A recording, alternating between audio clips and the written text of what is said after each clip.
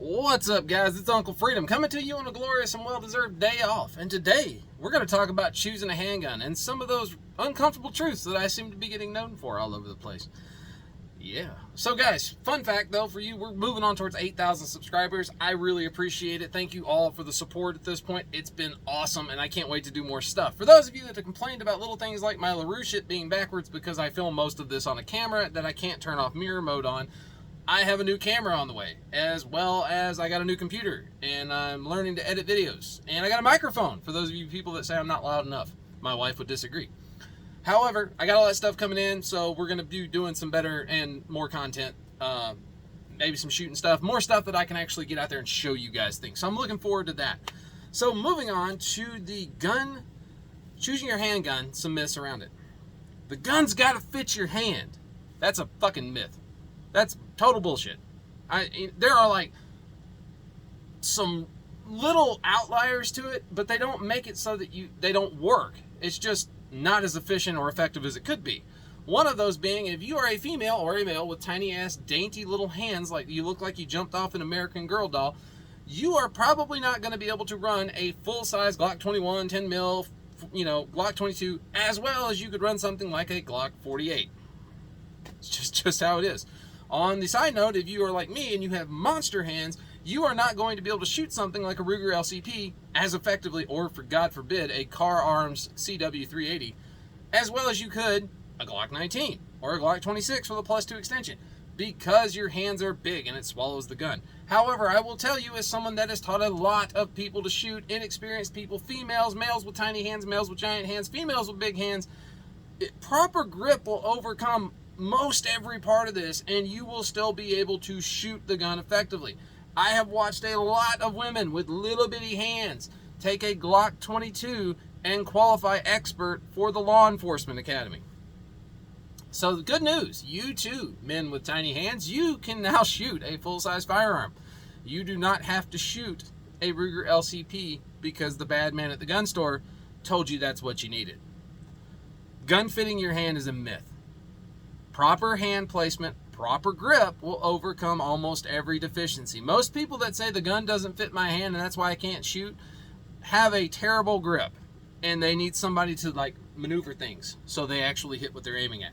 The gun fitting your hand is a myth. Sorry, not sorry. Stopping power. Stopping power is also a myth. That is going to piss somebody off. 2 World Wars! That guy, he yelled that in the background immediately when I said it. I heard somebody's eyes roll so hard that it made a sound like my children do. I don't even know how it's possible. I could hear it from here. Stopping power is a myth. It's so much so a myth that if I did something like per se, and I've watched this happen, and I referenced it in another video, and it made some people mad, so we're going to do it again here, and that is if I took 4 true ballistic gel blocks, and I fired a 9mm, a 40, a 10 mil, and a 45 into those blocks, and I didn't tell you which one it was, you could not tell me. You can't do it. I can't do it. And I've got shitloads of time studying ballistics, studying wound channels. I can tell you, you can't tell a difference by just looking at the targets. It's not going to happen. The reason being is handguns predominantly incapacitate whatever you shoot them at by blood loss and trauma. I know. Bubba down the street shot a hog with his 9mm and it worked just fine. That's great, dude. I didn't say they don't work. I just said that they're not as efficient as the rest of the shit we run. There is a reason when we go into an actual gunfight, we choose a rifle over a handgun, because handguns are an inefficient means of stopping a threat. Period. They just are. Yes, if you drill out the heart with a single round, that dude is not leaving the fight. If you T-box shot somebody, it's over because you shut shit off. But for the most part, a body of any kind, an animal that you're trying to put down, or the target at your local range, works on a hydraulic system. You have a pump that pumps fluid through things that articulate stuff. If you've ever worked with a backhoe, you know what I'm talking about. And if you suddenly leak fluid, eventually the pressure will drop and it won't be sustainable and the shit will stop working. It takes time. Handguns put holes in things, causing damage by blood loss and destruction of tissue. They don't do it through hydrostatic shock. For the most part, there are some rare exceptions to the rule. Super hot loaded, extra lightweight handgun bullets, but they don't have any kind of real penetration value. The FK Bruno and stuff like that, those are different. However, for the most part, in standard carried ammunition and handguns, you are not doing hydrostatic shock. You are not hitting things at 3,000 feet per second. You are hitting things somewhere between 14 and like 8. That's how it really works. That's what handguns do. They cause blood loss. They do not blow the lungs out of the back of the body. Biden, seriously? That's what you went with? That's right up there with like Sheila Jackson talking about it's as heavy as 10 boxes you carry to move. Bullshit, woman. My AR weighs 6 pounds and 9 ounces. Anyway, moving on. Yeah, it's a myth. I don't care how you feel about that. It's real life. It's a myth. Handguns are incredibly inefficient at stopping threats. They are. Something to keep in mind as I get closer to the end of this as to why that's an important thing to keep in the back of your head and why we still carry handguns. Number 3, choose your caliber wisely. I know that the man at the gun store behind there in the plaid shirt and the fucking overalls, sorry if that's what you're wearing today, I know that guy told you, little lady, what you need is an airweight 38 and some of these here, 38 loads. Bullshit. No. 38s do work, just like 9mm works, and if you hit the right thing, 25 ACP also works. However, choose your caliber wisely. And something to keep in mind. So I had a Burst of Thunder Plus, which is a 15-round 380, looks like a fucking Makarov, basically. I will tell you that it sucked to shoot. And the reason it sucked to shoot is because most 380s are going to function on blowback. Yes, there are some with the Browning link and stuff like that keep the barrel and everything locked a little bit longer. But for the most part, 380s are blowback design, and they are uncomfortable as hell to shoot because they're blowback design. There is more recoil in a blowback operated 380 than any 9mm I'm going to hand you. It's just how it is. It's sharper. Much the same reason when we talk about 45. 45 is a big, fat, slow round. I didn't say it was ineffective. I just said it's big, fat, and slow. It's an incredibly low pressure round. That's why the recoil feels like a push, because you have a big ass bullet with very little powder charge moving at pretty anemic speeds. That's how the shit works. You look at 9mm and 40. I hear this all the time. Oh, it's because 45 is higher pressure. No, it's not. 45 has more recoil because, or 40 has more recoil because it's shooting 180 or 165 grain projectile. There's a reason you don't see 40 cal plus P. They call that 10mm. It's a different gun. 9mm on the other hand, though, if you want more recoil out of a 9mm plus P, shoot 147 grain. Recoil is directly related to how big your projectile is and how much powder you're throwing out of there. But for the most part, all of it's manageable with a proper grip and a decent firearm.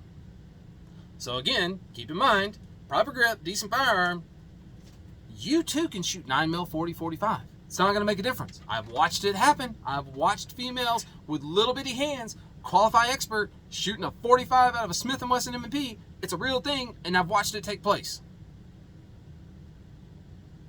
Stopping power is a myth. And choosing your caliber based on the fact that how expensive is the rounds, all these other things. How common is it? Can you find it? 380 is hard as shit to find. I don't know if y'all have noticed this or not. 9mm is super easy to find. So is 40 cal. So is 45. You can shoot those rounds, but you need to understand some certain things with these calibers. A 45 is going to have a bigger grip than a 9mm. It's also going to be heavier. And like Glock and stuff, shit's a little wider. It's just how it is. However, you can pretty much get anything you need to get done with a 9mm. If you love 45, fine, do 45. But I'm telling you right now, don't get suckered into this whole 380, this little tiny pistol bullshit. It's not worth it. Which brings me right to one of my favorite ones. The guy that buys the Ruger LCP because he can pocket carry it. Dude, those things suck. Like, the sights are a suggestion. Like, they're not even real. Like, they're literally what sights look like if somebody that never shot a gun describes sights to another human being. That's what Ruger LCP sights look like. They're terrible. Also, I will tell you, they are hard as shit to shoot. That little tiny gun was a cute idea, but they suck to shoot, man. They are awful. Anybody that tells you that shooting a Ruger LCP is just super fun to shoot hasn't shot one very much, because they suck. They will ruin your range day. They will be the least shot gun you own, which also means they're the gun you're the least proficient on, so you probably shouldn't fucking carry it. Food for thought. Small guns, not where it's at. You need to think, though, with guns. Just because it's a bigger gun doesn't mean you can't carry it. We'll get into that in a minute. Next up, not every gun likes every ammo. Now, I know, made videos talking about commending HSTs and gold dots and critical duty and stuff like that. I get that. But not every gun will shoot every ammo. I've got a gun upstairs right now that will not feed Hornady critical defense at all. It does not like the bullet, the ogive profile, or that polymer tip. It hangs up every time. You have to go out and shoot rounds through your carry gun. There is no substitute for shooting rounds through your carry gun. You should put 50 rounds at least through your concealed carry firearm to make sure it cycles and is accurate. You have to go shoot the damn thing, which is another reason those little bitty ass pistols are a shitty idea, is because you will not shoot them enough to be fucking proficient. You have to go shoot the gun. Nah. Number 6, fancy ass Gucci guns will not ever be a substitute for proper fundamentals and good training. I don't care how much your gun costs. That's great. You got a staccato. You also still can't hit what you aimed at. I made this point in a video where I talked about common training mistakes, which is you fast as fuck, but all you did is suck really quickly. Like, you have to have good fundamentals. You have to be able to shoot.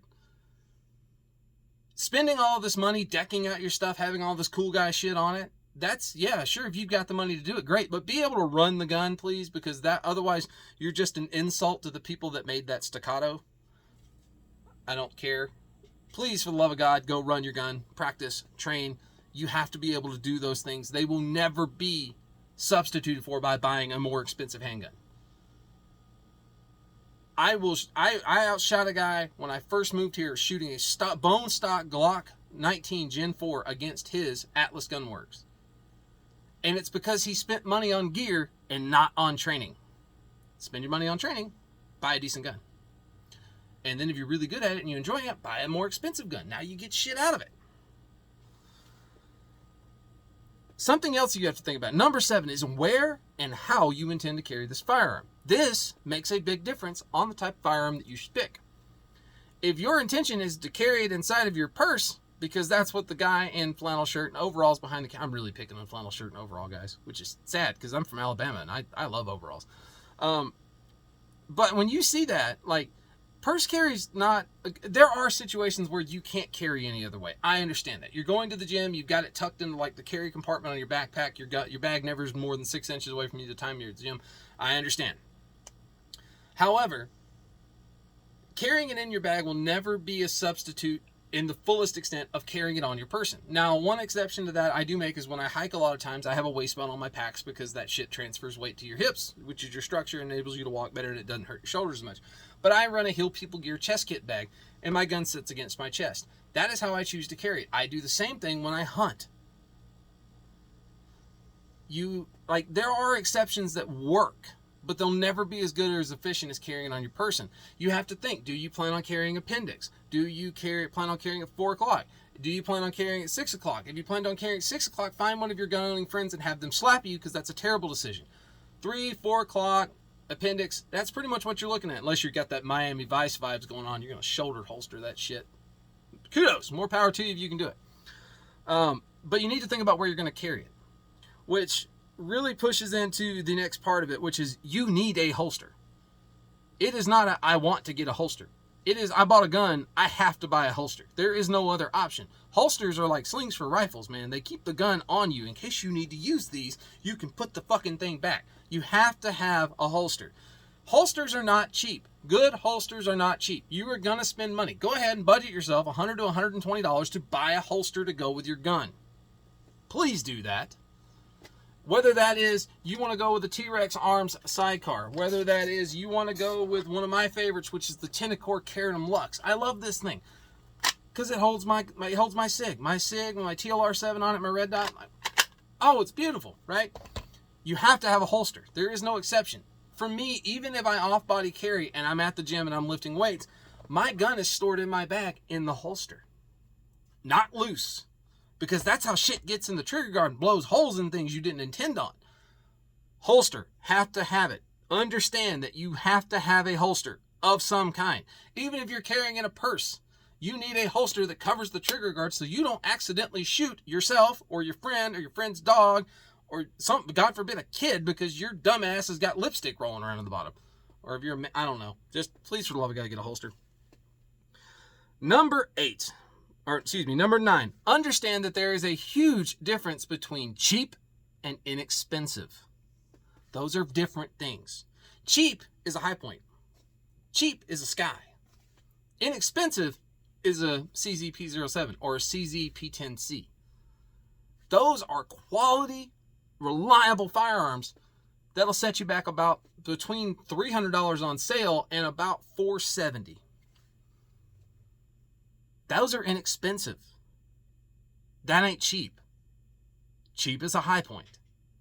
There's a big difference between cheap and inexpensive. You need to understand the difference so that you don't buy something shitty and cheap because you were trying to save a buck. You're better off buying something inexpensive that's a good deal on a quality firearm and then putting some more money into training.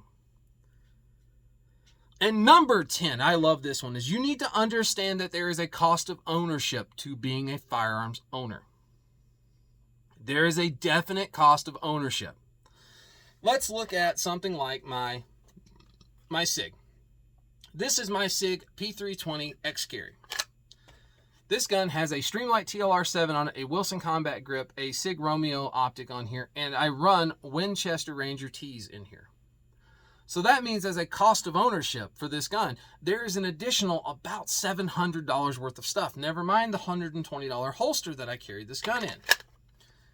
There is a cost of ownership to having a firearm. One of the biggest ones you're going to have is your training. Because if you're not training, you don't need to carry a firearm. Because I don't need a guy that has literally 0 range time on a gun and he's never fucking shot. He shot it 10 rounds when he bought it because he wanted to see what the thrill was. And then he threw it in his pants and all of a sudden now this guy's in a fucking argument somewhere. And I've got a dude that literally can't hit the broadside of a barn from 9 feet away. You have to train. Shooting is a perishable skill. You were good last month. Have you shot this month? You have to go train. You have to buy concealed carry. You have to buy defensive ammo. You have to buy more defensive ammo because you need to be rotating it about once a year at least. You have to be able to buy some defensive ammo to run through your gun to make sure it shoots. You have to buy a holster. I recommend everything that'll take a weapon mounted light gets a weapon mounted light. Now you're talking about a light. Optics are the wave of the future. I don't give a shit if you like them. I don't care if you agree with me. Every person that I've ever put an optic on and had them run it was instantly a better shooter because it allows them to threat focus. Understand that sometimes the factory sights suck and you're going to have to upgrade your sights. Know that, okay, you bought a red dot. Now you got to buy suppressor height sights to co-witness with that optic because shit fails. It just happens. Shit breaks. You need to understand that there is a definitive cost to owning a gun that is going to happen whether you like it or not. Another one of the big ones is magazines. Great, you bought a gun. It came with 3 mags if you bought a Glock. That's awesome. You need more mags, at least 3 to 5. Because the last thing you want to do is every time you go to the range have to dump out all your defensive carry ammo and then load those same mags, putting more wear and tear, more cycles on that spring, and then run out and shoot it. No, you're better off to take your concealed carry mags out, sit them down, and grab your training magazines, ETS, Magpul if you got Glock, ETS if you got SIG. Please don't buy Pro Mag, but there are things that you can't get around. Like for my CZ, it's going to cost me $37 about to buy a magazine for that handgun. And I understand that. And I own 10 magazines for that handgun. You have to have more mags. You have to have ammo to train. You have to replace your carry ammo. You have to have a holster. You should probably have carry insurance if it's something applicable to your area. You need to have training.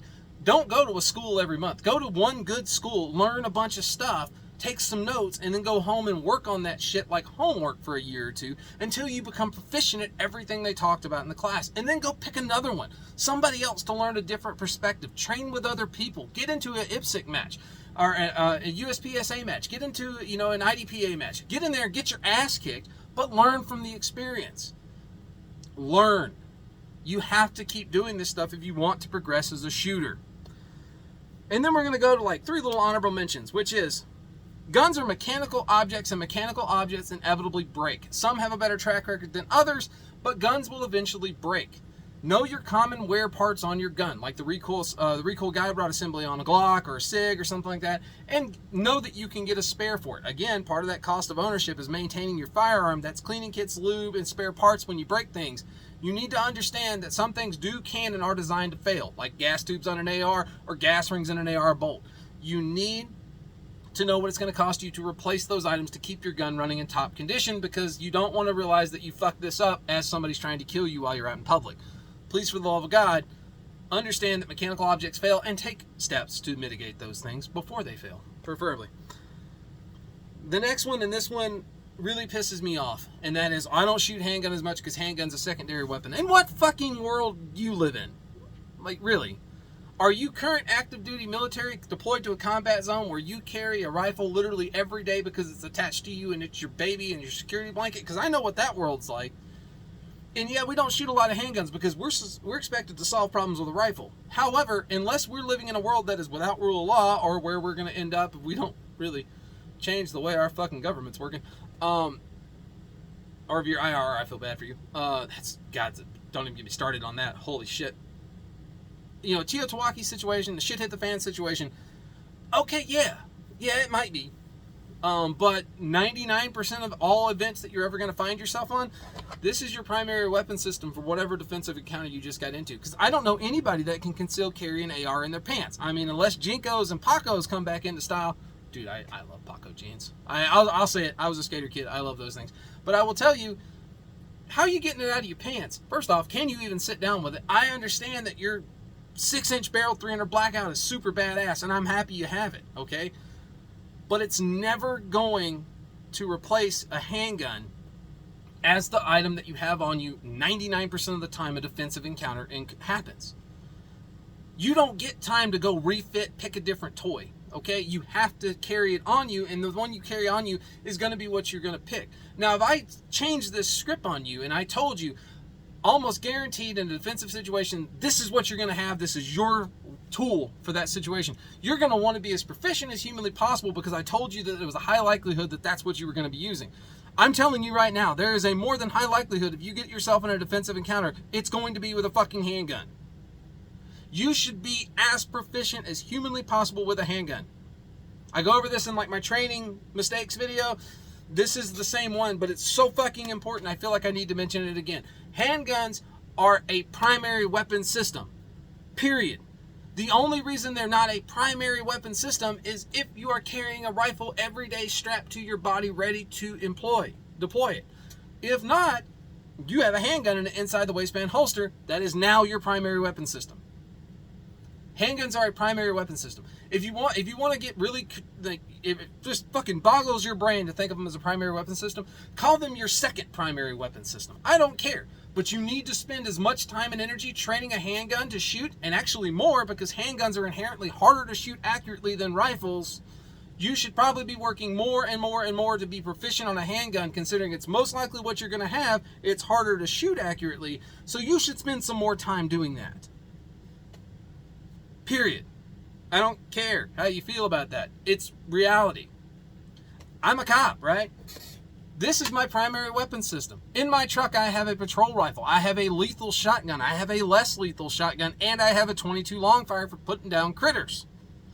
This is my primary weapon system. Unless I know I'm getting into a fight of some kind, or there is a likelihood to get into a fight with somebody that is armed, like we're hitting a house, I run a handgun. This is primary for me. Period. If you'll notice, there's things like I have 20 rounds in this handgun. I have a minus a mag. I have a weapon light. I have a primary fighting weapon system. This is a primary fighting weapon system for me. We're not going to talk about the mag drop. We'll just say I meant to do it. Anyway. And back to that last point. Handguns do something that can never be matched by any other weapon system. You can carry it on you.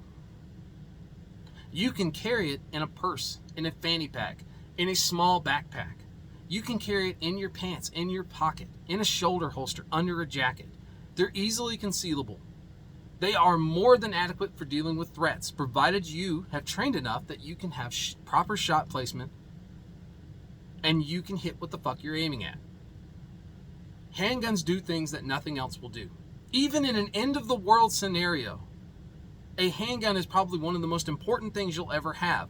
Because if you're going into a situation where having a rifle strapped to you is going to get attention you don't fucking want, a handgun in your pants is probably the only option you're going to get. That's today's society as well.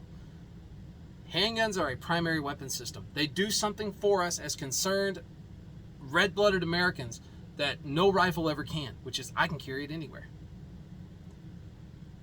And I treat it like a primary weapon system. And I shoot it like a primary weapon system. Because if the day comes that my life depends on my ability to engage effectively with a handgun, I don't want my lack of training to be the reason somebody I love isn't here anymore. And that should be your drive. You should just, why would you not want to be as good as humanly possible with the thing you carry all the time? And it drives me nuts. I don't train handgun as much because it's a secondary weapon system. When's the last time you ran your AR in front of your pants and went and did any fucking thing? That's bullshit. Handguns are a primary weapon system for 99% of the situations you're ever going to find yourself in. So guys, that was some fun things about choosing a handgun, my top 10 if you will. Some myths, some facts in there, some uncomfortable truths for a lot of people.